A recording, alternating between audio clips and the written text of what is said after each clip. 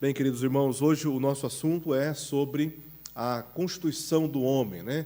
O homem, ele é formado por corpo, alma e espírito. Essa é uma pergunta que muitos fazem para si mesmos. Apesar de muitas igrejas se esforçarem em ensinar esse assunto continua incomodando a vida de muitos cristãos. Há igrejas que pensam de um jeito, há outras que pensam de outra maneira, e acaba que muitos cristãos ficam no meio destas divergências. Então, hoje, nós teremos a oportunidade de verificar, mais uma vez, o que a palavra de Deus ensina a respeito deste tema tão importante. Há muitos anos atrás, eu li um livro chamado Homem Espiritual. Na verdade, são 3 livros, né? Eu li, acho que 2 deles, chamado Homem Espiritual. Foi um livro muito lido na década de 90, e esse livro meio que determinou o pensamento da igreja sobre a constituição do homem. O Watchman Nee foi um missionário, trabalhou, se não me engano, na China, e ele, durante o período da sua prisão, ele escreve este livro, trazendo várias informações, na minha perspectiva, fictícias, sobre este cenário da constituição do homem. Então, quando eu li aquele livro, eu confesso que me senti muito influenciado a acreditar que, sim, que o homem ele é constituído por corpo, alma e espírito. Tá? Basicamente, o livro ele fala exatamente sobre isso. O homem ele tem um corpo, ele tem uma alma e ele tem um espírito. E essa, portanto, é a constituição final do homem. O homem ele é este ser tricotômico. Tá? Então, dentro desse panorama, ele vai argumentar que o homem, sendo formado por esses 3 elementos, ele está em contato com o mundo, ou a alma, né, o seu eu, a sua identidade, a sua alma, está em contato com o mundo pelo corpo. Então, o corpo é a matéria física, material, que está em contato com as relações com esta sociedade, com a natureza e com as pessoas. Então, desta maneira, nós, enquanto almas, estamos relacionados com o mundo pela associação com o nosso corpo. Então, ele vai dizer que esta realidade física, ela estabelece essa relação com o mundo e com a natureza. Mas ele diz que é por meio do espírito que a alma ela se conecta com a realidade espiritual, e aí, na relação com Deus e também na sua consagração a Ele. Tá? Não apenas com Deus e na sua consagração a Deus, mas por este elemento espiritual que o homem ele entra em contato com a realidade ou com o mundo espiritual. Então, o argumento de Watchman Nee é o seguinte: se nós alimentarmos os apetites da nossa alma pelas sensações do nosso corpo, nós nos tornamos crentes. Se nós alimentarmos a nossa alma a partir das necessidades espirituais que nós temos, nós nos unimos com o Espírito e assim, então, nós dedicamos ou vivenciamos mais a realidade espiritual. É o que ele chama de homem espiritual. O homem espiritual é aquele cuja alma foi cativada pelo Espírito. Então, se nós alimentarmos a necessidade espiritual, a nossa necessidade espiritual, se nós fortalecermos a nossa vida espiritual, a nossa alma ela será cativada. E aí serão 2 elementos contra um, né? A alma e o espírito unidos contra o corpo que está em contato com o mundo, e o mundo que é essencialmente mau. Então, nesse sentido, o homem espiritual é aquele que anda mais conectado com a realidade espiritual do que com a realidade natural. Tá? E o crente carnal é aquele que alimenta mais os apetites da sua carne ou do seu corpo, as suas sensações, os seus desejos, as suas inclinações. Então, à medida que o homem, enquanto alma, alimenta esses apetites da carne, o espírito perde força, porque agora é alma e espírito unidos contra a sua necessidade espiritual. Então, o homem ele acaba vivendo uma realidade muito mais mundana, muito mais pecaminosa, muito mais secularizada do que necessariamente espiritual. Então, ele vai dizer que esse é o crente carnal, esse é o homem carnal, né? É aquele cuja realidade espiritual está enfraquecida, ofuscada, apagada, e ele já não tem mais discernimento das coisas espirituais, ele já não tem mais interesse pelas coisas espirituais, especialmente relacionadas com a vontade de Deus. Bom, nós temos alguns problemas com essas teorias, e eu enumerei aqui algumas delas. Tá? Primeiramente, o livro O Homem Espiritual, para aqueles que chegaram aqui depois, né, que um livro que na década de 90 foi lido por muitos cristãos e meio que definiu essa doutrina na cabeça da igreja. O livro ele tem uma natureza especulativa, extremamente especulativa. Lembra muito aquele livro do Tim LaHaye, Deixados para Trás, o outro, Neste Mundo Tenebroso, Frank Peretti, né? O Frank Peretti. São obras muito ficcionadas, né? São obras assim muito cheias de imaginação e uma criativa imaginação. Poucas citações bíblicas você encontra nesses livros e eles ignoram questões fundamentais, tá? Pressupostos bibliológicos, contextos bíblico-literários e também teológicos. As argumentações se baseiam muito mais na filosofia do que na Bíblia. Então, este livro, ele não é a Bíblia, né? O problema é que esses livros eles foram lidos, como eu citei aqui, o livro do Frank Peretti, né, Deste Mundo Tenebroso, ele foi lido como se fosse a Bíblia, com a autoridade da Bíblia, mostrando a realidade espiritual dos conflitos entre o reino das trevas e o reino de Deus. Tá? Só que, detalhe, não é a palavra de Deus, não é a Bíblia.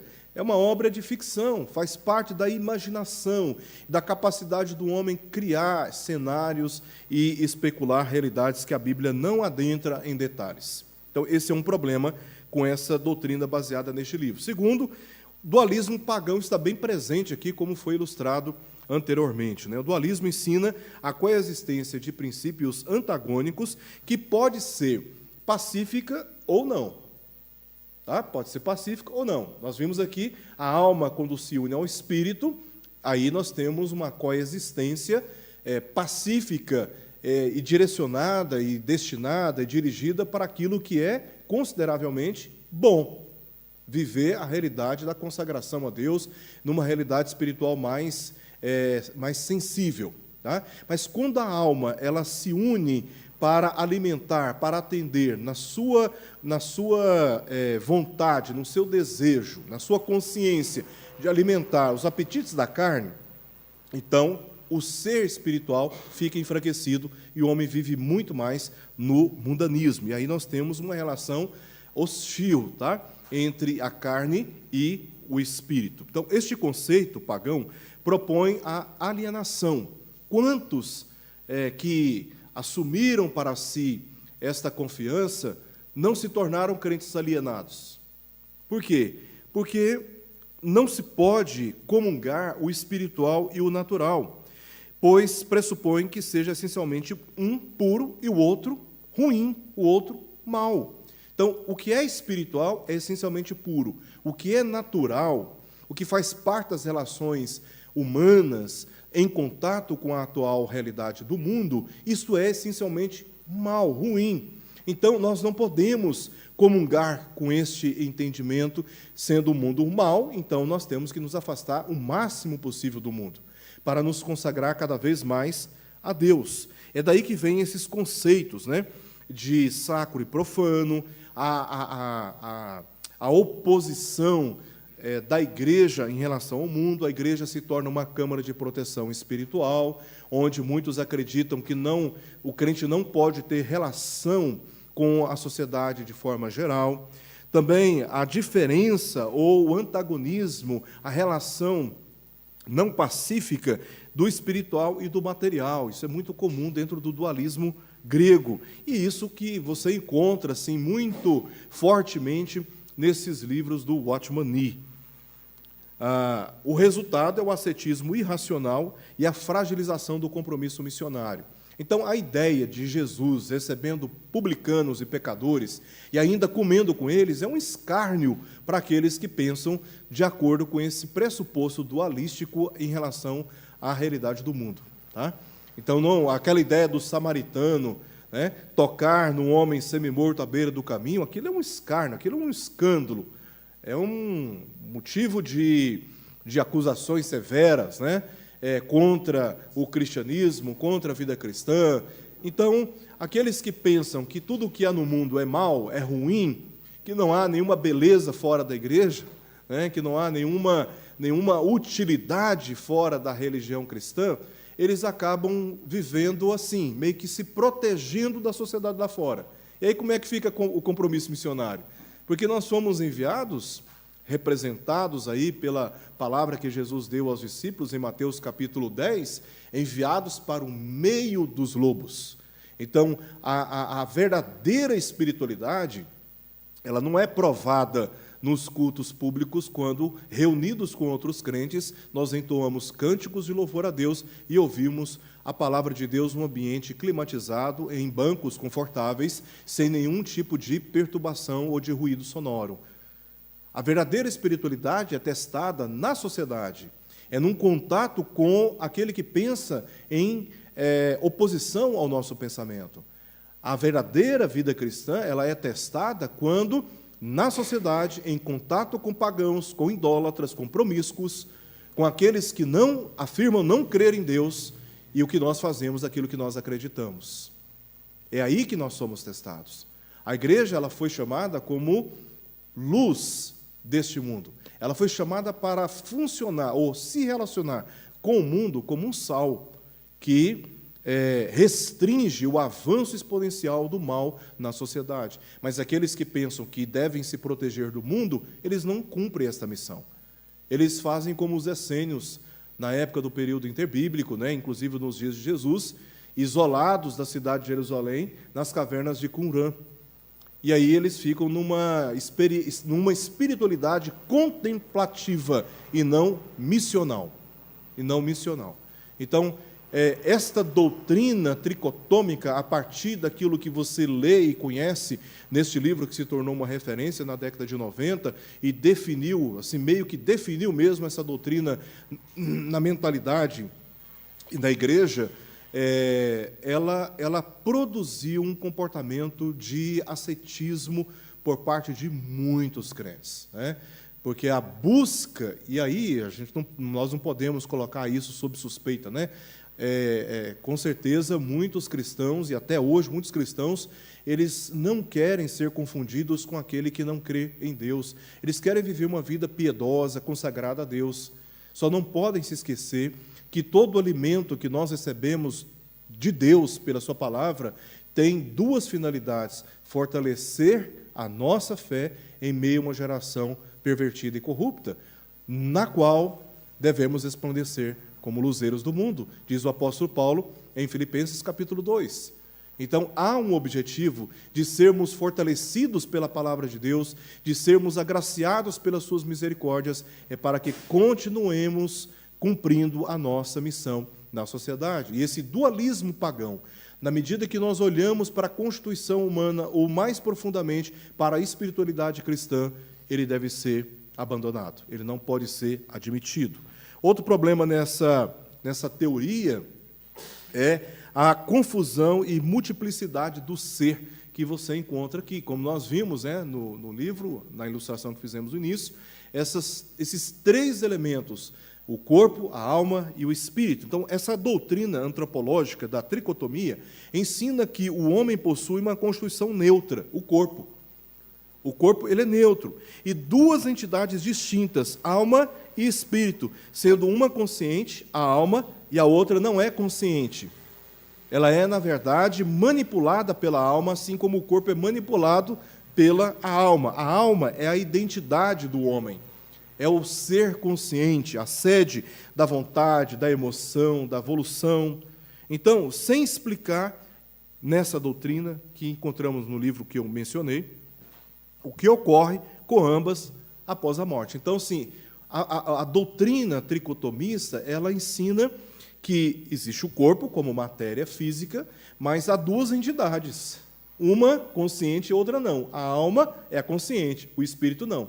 Mas quando o homem morre, o corpo é sepultado, e as duas entidades, a alma e o espírito?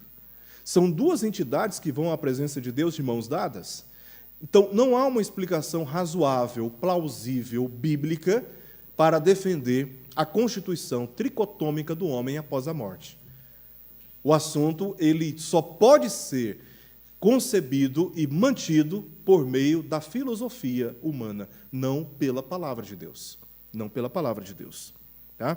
Então, os principais argumentos daqueles que defendem a doutrina tricotômica do homem são basicamente 3 grandes argumentos que eu selecionei aqui. Primeiro, Deus fez o homem à sua imagem conforme a sua semelhança. Já que Deus é um ser triuno, que coexiste em 3 pessoas, o Deus Pai, Deus Filho e Deus Espírito, ao criar o homem, Deus o cria também como um ser tricotômico. Então, esse é o argumento que nós vamos ouvir por aí. E se você for analisar calmamente, faz sentido, né? Então, Deus, um ser triuno, Elohim, é um ser triuno, e ele fez o homem à sua imagem. Então, muitos vão argumentar que o homem ele é constituído entre 3 elementos, porque foi feita a imagem de Deus. O outro argumento que se usa está em Gênesis 2, 7, onde lemos que a alma é reunida ao corpo e ao espírito, que é dado pelo sopro de Deus, tornando o homem um ser tricotômico, porque ele passa a ser uma alma vivente. Então, corpo, matéria, o pó da terra, o sopro, que é a vida, que é o espírito que Deus dá àquela matéria, e a alma que o homem passa a ter a partir desta união do corpo com o sopro de Deus. Essa é uma interpretação que dão para sustentar a doutrina tricotômica do homem. O terceiro grande argumento é usado pelas passagens que nós lemos de 1 Tessalonicenses 5:23 e de Hebreus 4:12, onde você claramente lê esta distinção, corpo, alma e espírito. Então, eles vão dizer, olha, existem passagens da Bíblia que falam sobre o homem tendo corpo, alma e espírito. Ou seja, o elemento aqui é de autoridade bíblica, né? A Bíblia cita, a Bíblia fala. Tá? Então, são os 3 grandes argumentos usados para defender a doutrina da tricotomia humana. Tá? Nós vamos analisar cada um desses argumentos aqui. Primeiramente, Deus fez o homem à sua imagem, conforme a sua semelhança, e ele coexiste em 3 pessoas, Pai, Filho e Espírito. Esse é o argumento que muitos usam. Bom, vamos para os esclarecimentos sobre esse argumento. O homem, como imagem de Deus, conforme lemos em Gênesis 1:26, não pressupõe a comunicação de formas físicas, mas de virtudes que lhe permitiu se relacionar com Deus distintamente das demais criaturas. Então, a imagem e semelhança, ou melhor, a semelhança que é comunicada pela imagem que Deus imprime na criação do homem, não diz respeito a formas físicas, mas a virtudes que habilitaram o homem a um relacionamento íntimo com Deus, íntimo e consciente com Deus, diferente das demais criaturas. Então, esse argumento de que Deus fez o homem à sua imagem, portanto, ele é tricotômico, ele não encontra amparo sólido nas Escrituras. Ao afirmar que o homem é constituído por 3 elementos, a semelhança da Santíssima Trindade, olha só, afirma-se também que ela está, em realidade inferior, na forma do homem, e isso é completamente absurdo. Se Deus fez o homem, olha o raciocínio, a sua semelhança, então nós temos na imagem do homem, o quê? As definições do ser de Deus. As definições do ser de Deus do ponto de vista físico, visual. Isso seria, obviamente, um absurdo. Norman Geisler, um autor renomado, reformado também, falecido já, um teólogo que eu sempre gostei muito de ler, ele tem essa coleção aí, esses 2 livros de teologia sistemática. Ele diz o seguinte: o problema com esta imagem é que a alma e o corpo humano se separam na morte. Não é isso que acontece? A alma, ela se separa do corpo na morte. Os membros da divindade são inseparáveis. E aí? Né? Além disso, Deus não tem corpo. Se o homem é feito à imagem de Deus e o homem é um reflexo de quem Deus é, quer dizer que Deus tem corpo? Então, essa lógica, ela não se sustenta. Tá? Não se sustenta.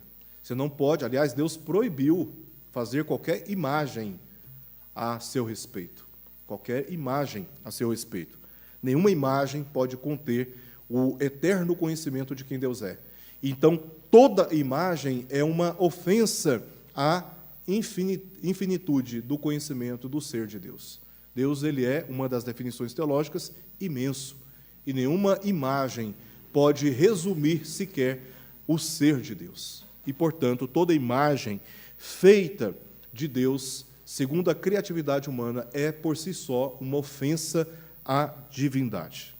O segundo argumento que usam é que em Gênesis 2:7 há uma citação de que o homem, ele é uma alma, tá? Ele recebeu da parte, ele se tornou, na verdade, uma alma, uma alma vivente. E é reunida ali pela união do pó da terra e o sopro de Deus, tá? E aí o argumento é que, portanto, o homem, ele é um ser tricotômico: corpo, alma e espírito.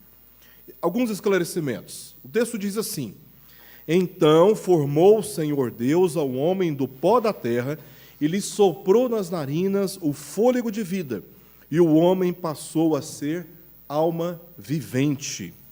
A interpretação deste texto, para argumentar a favor da tricotomia, ignora fatores gramaticais óbvios.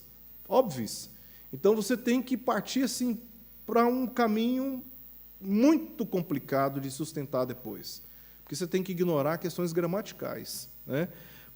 A tradução literal do texto hebraico diz assim: e formou Yahvé, Elohim, o Adão, do pó da terra, e respirou no nariz respiração viventes, e ele tornou Adão uma alma vivente. Então, esta é a tradução literal do texto hebraico, tá?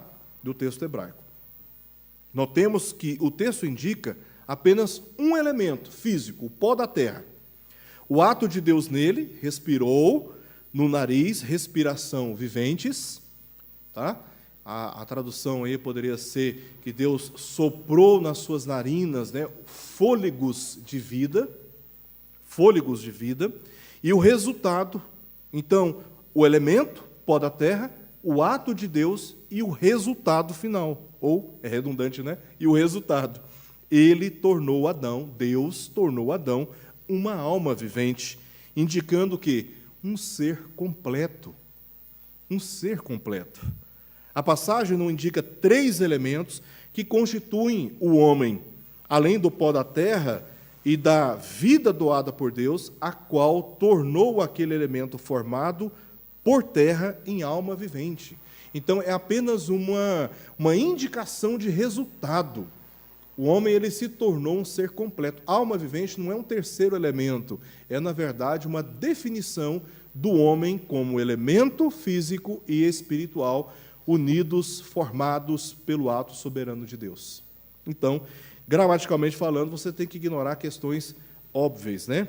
O equívoco dos que usam essa passagem para defender a tricotomia do homem é que interpretam alma vivente como um terceiro elemento, e não uma definição do homem completo: matéria física, pó da terra, e a vida, o elemento espiritual dado por Deus.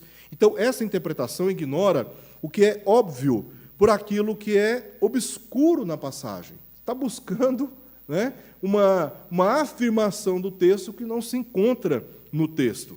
Pó da terra, mas a vida que Deus respirou na sua face, nas suas narinas, o homem se tornou alma vivente. O homem se tornou alma vivente.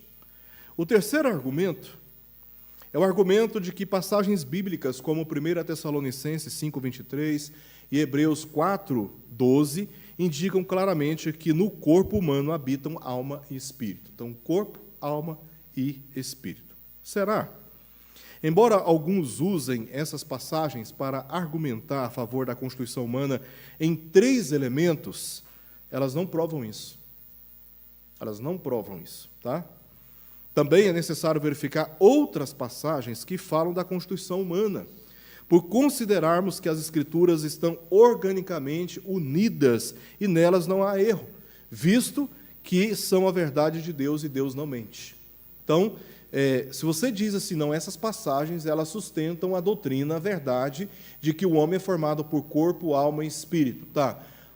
Por uma razão honesta, por um motivo de integridade na leitura do texto bíblico, então, nós temos que verificar outras passagens para verificarmos se elas sustentam realmente aquilo que está sendo ou está sendo tentado estabelecer como doutrina a partir de uma ou outra passagem. Nós temos que analisar o todo, nós temos que analisar todas as Escrituras, né? E veremos aqui que nem seria necessário verificar o todo pelo próprio texto, pelas próprias passagens citadas. Tá? Mas nós verificaremos aqui, primeira passagem de 1 Tessalonicenses 5, 23. Olha o que o texto diz. Basta fazer uma leitura calma, sem precipitação, sem pressa. Olha o que o texto diz. O mesmo Deus da paz vos santifique em tudo, e o vosso espírito, alma e corpo sejam conservados íntegros e irrepreensíveis na vinda de nosso Senhor Jesus Cristo. Então, vamos lá. Paulo está simplesmente se referindo ao homem completo. E aí ele se refere a tudo. Tá? E indivisível. Íntegro significa aquilo que não pode ser dividido. Essa palavra vem do latim, significa indivisível. Íntegro, algo que não pode ser dividido. Então, a palavra que Paulo usa aqui para tudo e para integridade está falando de um homem, de um ser completo e indivisível. Tá? Sua intenção ao usar estas palavras distintas foi por necessidade de ênfase do ser completo, cujos significados particulares são o espírito, que é o ser espiritual, tá? Que é a dimensão espiritual do homem, a alma, a sua identidade, a sede da sua consciência, a sede das suas emoções, corpo, a constituição física. Então, o que Paulo está fazendo aqui é apenas dando ênfase às dimensões do homem. É como se ele estivesse dizendo assim, olha, que a sua vida espiritual, que a sua vida emocional e que o uso do seu corpo sejam mantidos íntegros até a vinda de Cristo. Só que aí muitos ignoram o sentido do texto e aplicam outro significado, como se a preocupação de Paulo aqui, a intenção de Paulo aqui, fosse defender a doutrina da constituição tricotômica do homem, e essa não é a intenção do apóstolo Paulo. É por isso que ele fala que o Senhor, que Deus, o Deus da paz, vos santifique em tudo. Então, você como ser íntegro, seja assim preservado, santificado, né, em todas as dimensões da sua vida. Se a regra é usar este texto para definir o homem formado por 3 elementos, olha só o problema que se cria quando você pega um texto, isola do seu contexto e tenta estabelecer uma doutrina. Aí você corre o risco, por não analisar o contexto geral, você corre o risco de cair em contradição diante de outras passagens.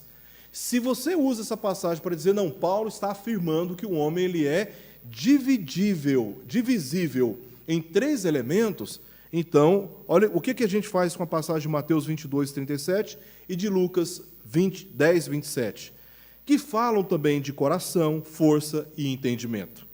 Assim, o homem não seria formado por 3. Então, vamos ser honestos. Então, vamos falar que o homem ele é formado por 3 elementos. Não, o homem seria, então, formado por 6 elementos. Porque nas outras passagens falam do coração, do entendimento e também das forças. Tá? Então, seria o homem formado por 6 elementos. Essa regra ela tem que ser aplicada por coerência a outras passagens. Então, os autores usaram diferentes palavras por necessidade de ênfase apenas, sem a intenção de declarar divisões constitucionais. Por exemplo, espírito, alma, pensamento, entendimento e coração são todas descrições da realidade espiritual do homem. Essas palavras se encontram no texto bíblico, né, para descrever essa realidade imaterial do homem e não partes dele, como corpo e forças da realidade material. Então, essas palavras elas estão aí, irmãos, por uma questão de ênfase dos autores. Nós fazemos isso, usamos vários adjetivos para um mesmo significado. Então, os autores fizeram isso também, se referindo ou tentando abarcar ou compreender a totalidade do ser humano, em todas as suas perspectivas ou dimensões. O homem é formado por 2 naturezas, espiritual e física, como Jesus, o Verbo, a natureza espiritual, que se fez carne, natureza física, uma das doutrinas essenciais da fé cristã, fundamentada nas Escrituras. A natureza divina e a natureza humana de Jesus. Tá? De acordo com aquilo que nós lemos em João 1,14. Portanto, Paulo apenas enfatizou o homem como um todo na sua inteira santificação. É apenas isso que Paulo está tratando nessa passagem de 1 Tessalonicenses 5, 23. Ele está se referindo ao homem inteiro, em todas as suas relações. Que ele seja mantido íntegro na santificação do Deus da paz. Olha o que Jesus disse em Mateus 26, 41. Estaria Jesus aqui omitindo um elemento humano? Estaria Jesus aqui se esquecendo de um outro elemento? Ou reprovando um outro elemento humano? Quando ele disse, vigiai e orai para que não entreis em tentação. O espírito, elemento imaterial, na verdade está pronto, mas a carne, elemento material, é fraca. Cadê o outro elemento? Cadê o outro elemento? É óbvio, irmãos, pelo testemunho das Escrituras, que o homem ele é constituído por uma matéria física e por um elemento físico e por um elemento espiritual. Tá? Por um elemento espiritual. Agora vamos para a outra passagem, de Hebreus 4,12. A outra passagem, ela diz assim, porque a palavra de Deus é viva e eficaz e mais cortante do que qualquer espada de 2 gumes, e penetra até ao ponto de dividir alma e espírito. Aí, assim, chegou em espírito, a gente fecha a Bíblia, está vendo? Paulo fala lá em Hebreus, capítulo 4, verso 12, que o homem tem alma e tem espírito. A gente não termina de ler a passagem. E ele continua, juntas e medulas, e é apta para discernir os pensamentos e propósitos do coração. Coração é outro elemento? Nós temos que ignorar todas as outras palavras do texto? Aqui Paulo afirma 2 naturezas do homem, imaterial, e ele se refere a alma e espírito, e material, juntas e medulas. Elas estão em paralelo, o elemento imaterial e o elemento material. E não 3. Isto não está claro no texto? O que vocês acham? Está claro no texto, quando ele se refere a alma e espírito juntas e medulas. Alma e espírito, o elemento que é espiritual. Juntas e medulas, o elemento que é físico. Aqui, então, nós teríamos que pegar a passagem e dizer, não, o homem não tem 3 elementos constitucionais, o homem tem 4. Porque se alma e espírito são divisíveis, se nós separamos como elementos na constituição do homem, então juntas e medulas são outros elementos constitucionais do homem, são outras entidades que constituem o homem. Olha só a dificuldade que a gente cria por fazer uma leitura errada do texto bíblico. Então, alma e espírito são palavras que estão falando da mesma realidade, a realidade espiritual. Juntas e medulas está falando da mesma realidade, a realidade física. Ele usa um recurso linguístico típico da literatura hebraica, chamado de paralelismo. Por isso que está em paralelo, alma, espírito, juntas e medulas. Típico da literatura hebraica, tá? O paralelismo, para enfatizar quão penetrante e eficaz é a palavra de Deus, a fim de alcançar seus propósitos no homem. Até alcançar, ou até ao ponto de dividir, discernindo realidades profundas do aspecto intelectual dele, definido por pensamentos e propósitos do coração. Então, a palavra de Deus, ela vai até ao âmago do ser humano. A palavra de Deus tem uma influência extraordinária de dar ao homem a capacidade de discernir os pensamentos e propósitos no seu coração. É o que a palavra de Deus produz. Portanto, a passagem não prova a constituição tricotômica, e os que insistem ainda confundem partes com as dimensões do homem, partes física e espiritual. E as dimensões que a Bíblia fala e usa todas essas palavras: força, o corpo nos seus 5 sentidos, a alma, espírito, coração, pensamentos, emoções, vontade, desejo, consciência, são todas palavras, ou quase todas as palavras, que a Bíblia usa para se referir à realidade espiritual do homem. Tá? Para se referir à realidade espiritual do homem. Então, qual que é o entendimento bíblico? Nós já vimos aqui que a tricotomia, como uma doutrina que afirma que o homem é formado por 3 partes, corpo, alma e espírito, não se sustenta biblicamente falando. Não se sustenta. Porque nós temos apenas 2 passagens e elas não sustentam essa doutrina. Nós temos 2 passagens apenas no Novo Testamento e essas passagens não sustentam de maneira alguma essa doutrina. Bom, aí há uma outra perspectiva chamada de dicotomia.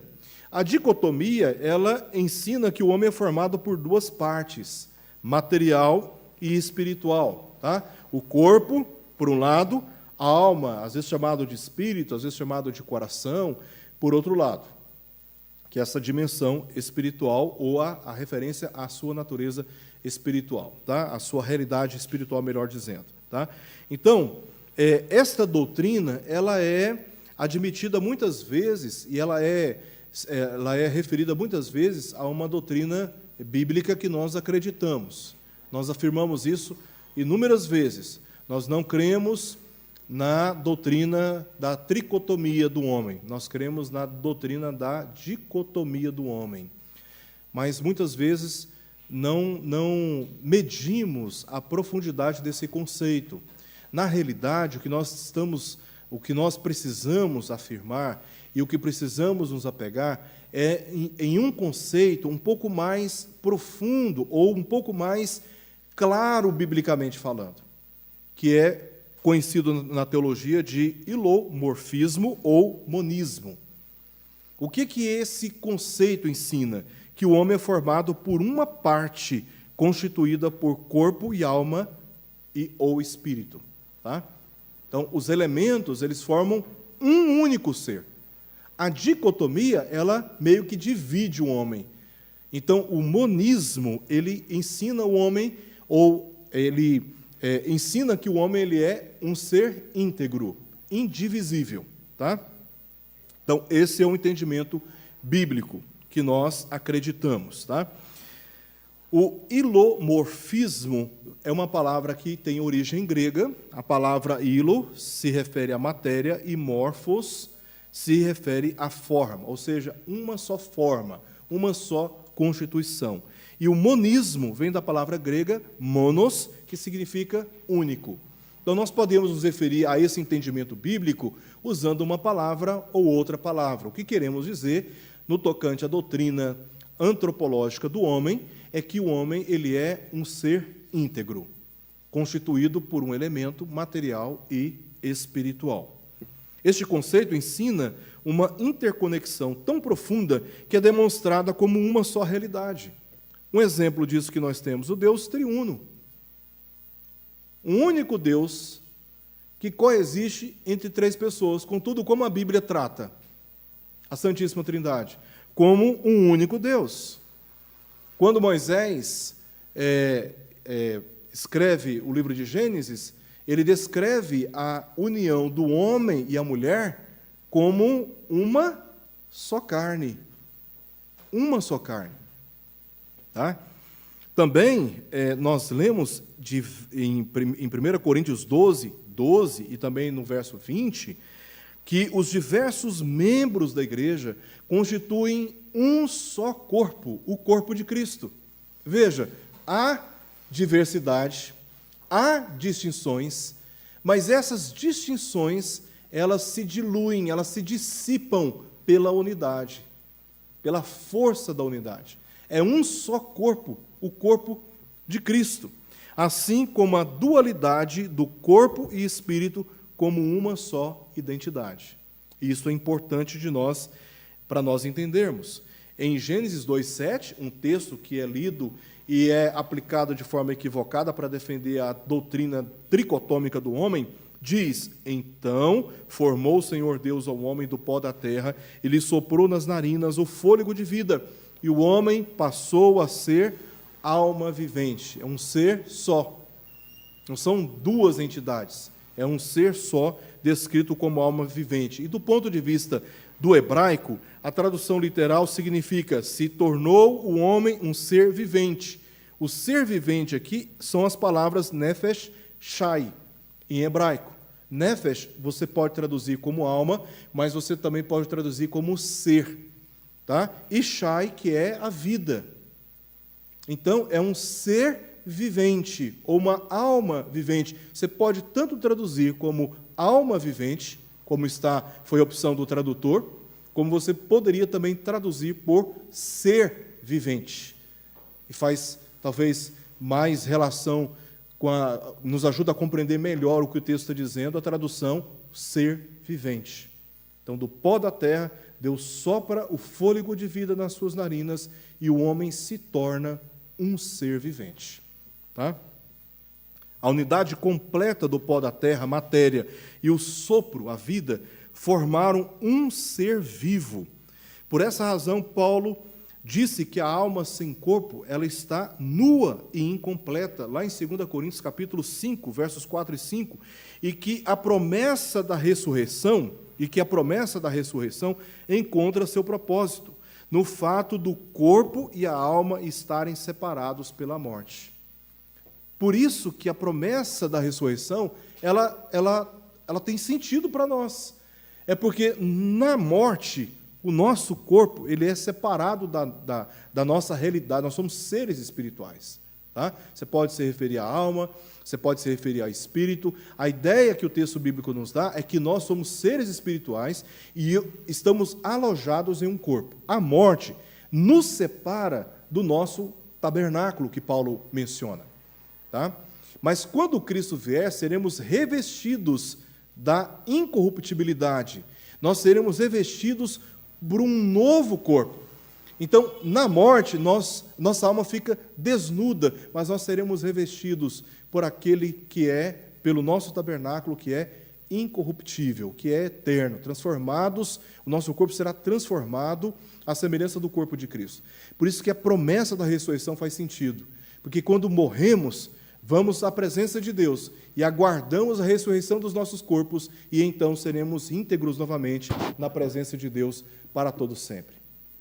Daí porque esta é uma das maiores esperanças de um cristão confiado na palavra de Deus, a ressurreição, porque então seremos completos novamente. A Confissão de Fé de Westminster, no seu capítulo 32º, primeiro parágrafo, diz assim: olha, a Confissão de Fé, que é uma base doutrinária da nossa igreja, né, Igreja Presbiteriana do Brasil, ela reconhece a constituição humana como sendo formada por dois elementos, corpo, ou matéria, e o elemento espiritual. Os corpos dos homens, depois da morte, convertem-se em pó e vêm à corrupção. Mas as suas almas, aqui não está falando de espírito, não fala de coração, não fala de entendimento, mas está falando do elemento imaterial que está unido ao corpo em vida terrena, mas com a morte são separados. Então, as suas almas, que nem morrem nem dormem, tendo uma substância imortal, voltam imediatamente para Deus que as deu. As almas dos justos, sendo então aperfeiçoadas na santidade, são recebidas no mais alto dos céus, onde vem a face de Deus em luz e glória, esperando a plena redenção dos seus corpos. E as almas dos ímpios são lançadas no inferno, onde ficarão em tormentos e em trevas espessas, reservadas para o juízo do grande dia final. Por quê? No dia final, seus corpos também serão, dos mortos, né, serão ressuscitados, e eles então sofrerão de forma íntegra todas as severas penas que serão declaradas contra os ímpios. Além destes dois lugares destinados às almas, separadas de seus respectivos corpos, são dois elementos, as Escrituras não reconhecem nenhum outro lugar. Fica claro pela própria Confissão de Fé de Westminster, a doutrina que nós confiamos como uma expressão fiel do ensino da Palavra de Deus, também reconhece que o homem é formado por esse elemento físico e por um elemento espiritual. E que o único capaz de separar é a morte. Mas no dia de Cristo, eles serão reunidos e então os homens obterão o destino final em sua condição íntegra, seja na presença de Deus ou banidos dela. Para terminar, uma breve revisão do que vimos aqui, apenas 2 pontos que eu quero destacar. O homem é formado por corpo, alma e espírito? A resposta é não. O homem é um ser vivente integral, possui uma natureza humana, a qual é constituída por um elemento material, corpo, e um espiritual, chamado de alma ou espírito. Tá? Então fica claro para nós no ensino da Palavra de Deus. Segundo, e em último lugar, há uma diferença importante entre o conceito dicotômico, porque ao negar a tricotomia, nós muitas vezes admitimos um conceito dicotômico, mas há uma diferença entre o conceito dicotômico e dualista desses elementos. A dicotomia, ela separa, e a dualidade relaciona para completar. O corpo, unido à sua alma, se torna alma vivente. É um só ser vivente, constituído por esses 2 elementos no ato criacional de Deus. Amém? Vamos orar? E aí depois vamos interromper a transmissão e vamos abrir para perguntas relacionadas com o estudo de hoje. Senhor, nós queremos, mais uma vez, nos dirigir a Ti em oração, confiados na intercessão do Teu Filho Jesus Cristo, para Te agradecer, ó Deus, pela oportunidade que temos de estudar a Tua Palavra. É certo, Senhor, que dúvidas podem persistir, mas que nesses momentos a nossa fé jamais seja abalada, quando temos a Tua Palavra nas nossas mãos para estudarmos mais a fundo aquilo que ela fielmente nos ensina da parte do Senhor.